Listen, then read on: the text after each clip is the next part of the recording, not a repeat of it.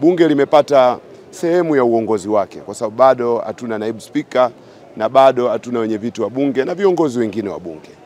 Ni mapema sana kuanza kusema tuna matarajio ya namna gani.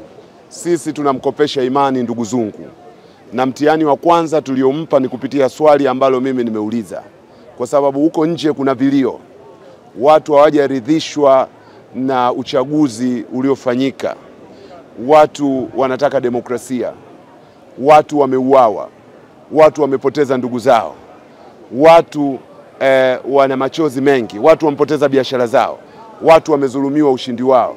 Kwa hiyo watu wanalitazama bunge hili kwa jicho la umakini mkubwa sana, na kuona kama litakuwa ni bunge la matumaini kwa Watanzania ama litakuwa bunge la kuisifia na kuipongeza serikali. Na ndio maana tukamtupia swali kama bunge hili litakuwa na ajenda ya maboresho ya demokrasia nchini Tanzania, na kama mchakato wa katiba mpya utapata nafasi katika bunge hili.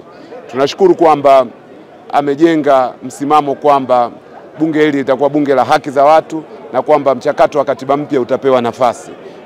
Sisi tunamkopesha imani ndugu zungu, itakuwa ni wajibu juu yake kuipokea imani hiyo ama kuidondosha. Sisi tutaingia bungeni kutazama mwenendo wa mambo. Imani ikiendelezwa, sisi tutatoa ushirikiano. Imani ikidondoshwa, tukiona kwamba bunge hili linatoka katika mstari, tutasimama imara kutetea sauti ya Watanzania ambao wametuamini. Matarajio yangu ni kwamba bunge litatekeleza wajibu wake kwa mujibu wa katiba, kwa mujibu wa sheria. Bunge ni chombo cha kuisimamia serikali, sio chombo cha kuisifia serikali hata pasipostahili. Bunge ni chombo cha kusimamia bajeti. Bunge ni chombo cha kusimamia maslahi ya wananchi, ni chombo cha kutunga sheria.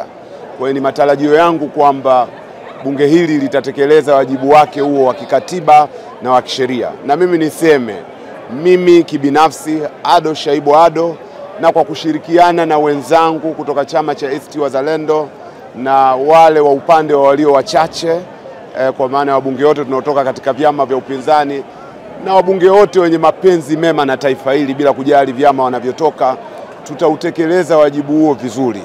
Kwa wafuatiliaji wa mambo wanafahamu, mdhibiti na mkaguzi wa hesabu za serikali CAG kila mwaka huwa anaripoti upotevu mkubwa sana wa fedha za serikali unaotokana na wizi, uzembe na ubadhirifu.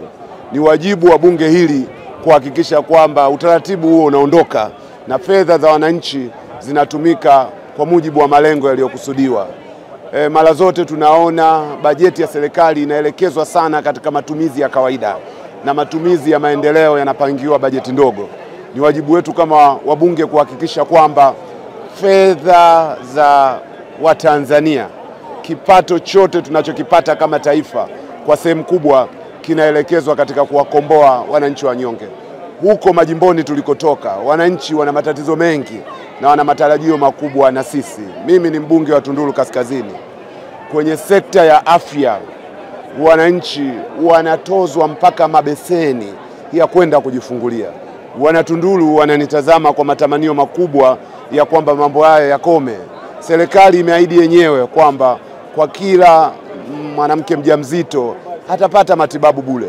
Jimboni ninakotoka mimi haya hayafanyiki kwa vitendo. Serikali imeahidi kwamba kwa wazee vikongwe watapata matibabu bure. Haya yatekelezwe ipasavyo.